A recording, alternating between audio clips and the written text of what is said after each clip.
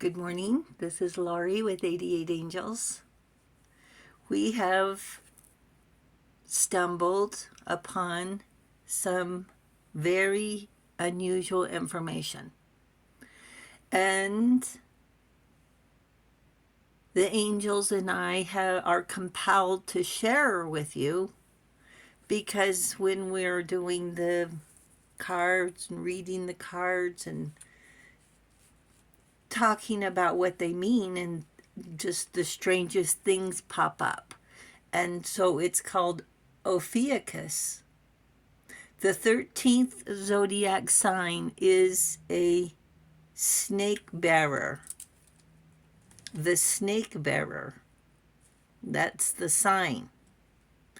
It falls between Scorpio and Sagittarius. And it's as if it didn't want to be recognized. The odd man out, left out, ignored. Oh, you're not important.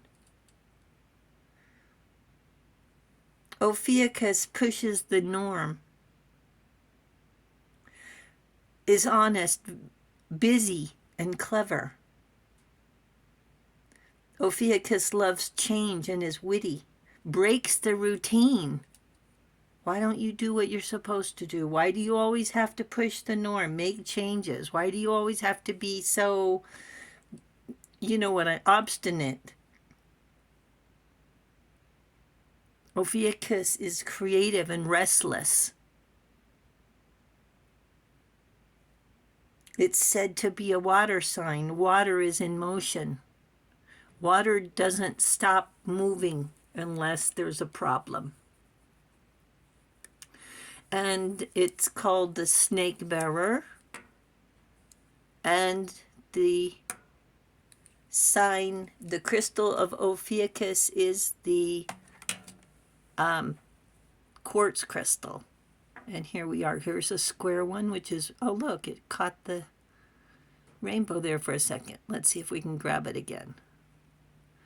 We do things by accident, and then all of a sudden there's an angel. Oh, there it was again. Almost.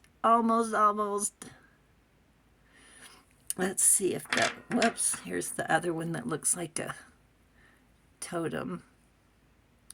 A lighthouse, maybe. So let's go look at our cards. Umabel is our guardian angel from January 21st through January 25th. Umabel wants us to nurture our love relationships. Is God above all names elevated? Affinity and friendship. Obtain the friendship of anyone.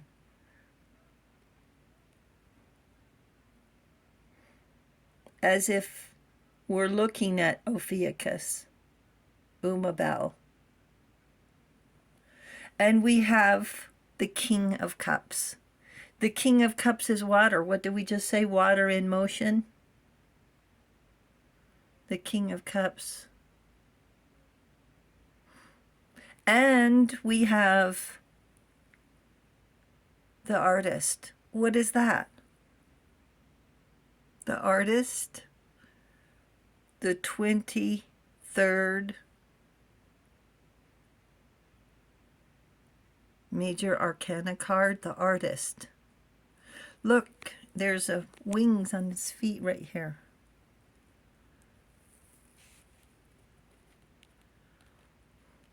Breaks the routine. Positive outlook. I wonder what the artist and the King of Cups have in common. This DVD called Loving Vincent took 6 years to create. I'm not going to say animated, but it uses many of his paintings to tell the story of his life. And not only is it beautiful, it's fascinating. So if you ever get a chance to see this movie, Loving Vincent, I want you to take up the opportunity. So the King of Cups enjoys emotional love. He's sensitive and compassionate, gentle and patient. He listens to his heart and acts on it. He's been hurt before, plenty of times, but he doesn't show it. He loves life and shares everything. He would rather eat lunch with someone homeless than eat alone, and goes out of his way to do so. He may even prefer the homeless to someone who doesn't care about his company. He values family and still has demons.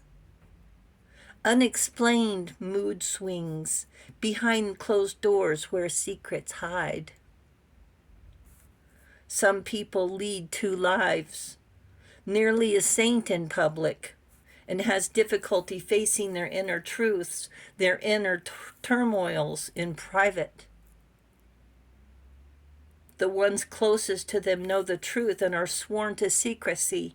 Even if they tell, no one would believe them. You tried to tell people that they're crazy?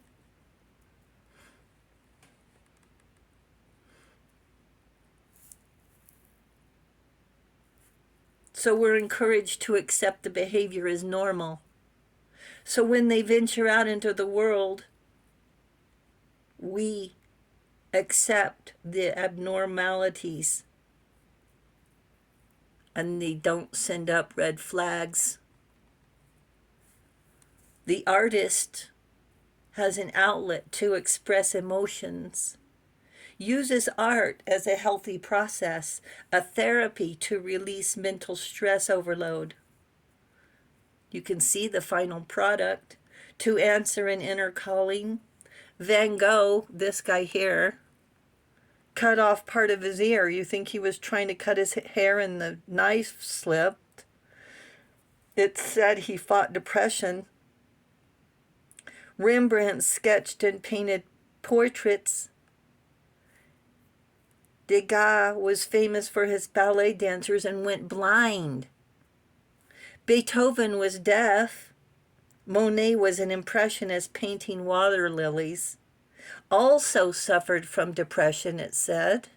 Well, where would we be without Michelangelo's inspiration?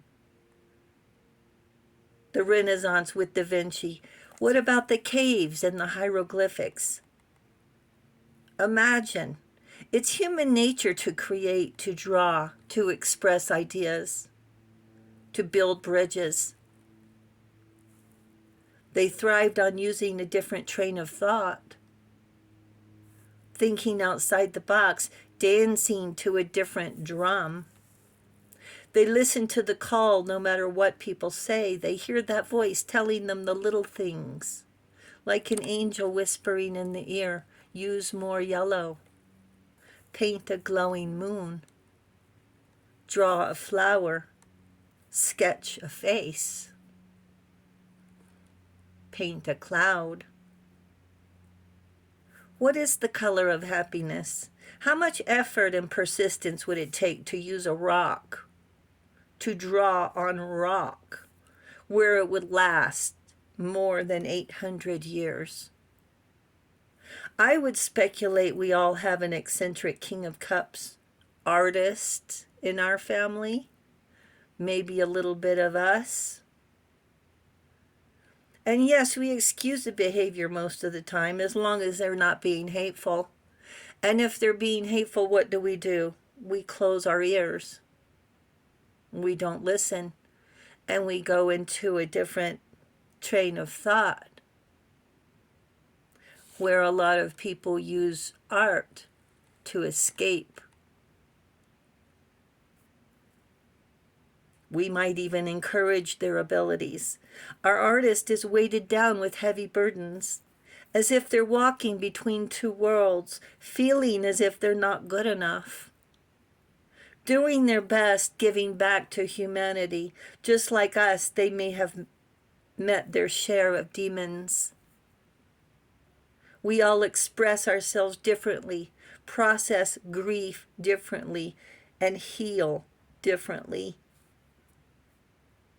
It's very sad to think an innocent soul with so much to give would be the target of a dirty, rotten hater, a jealous, mean, nasty hater. What we can do for them is what we need to do for ourselves. Be gentle. Take you time. Stay grounded. Go swimming. Embrace the water. Find a new outlet. How about this? Go to a gallery. That's free. The angels say your soul is innocent.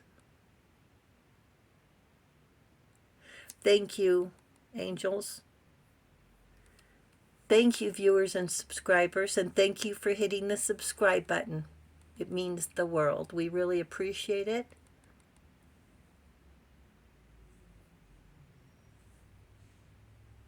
I'll talk to you soon. I love you. Bye.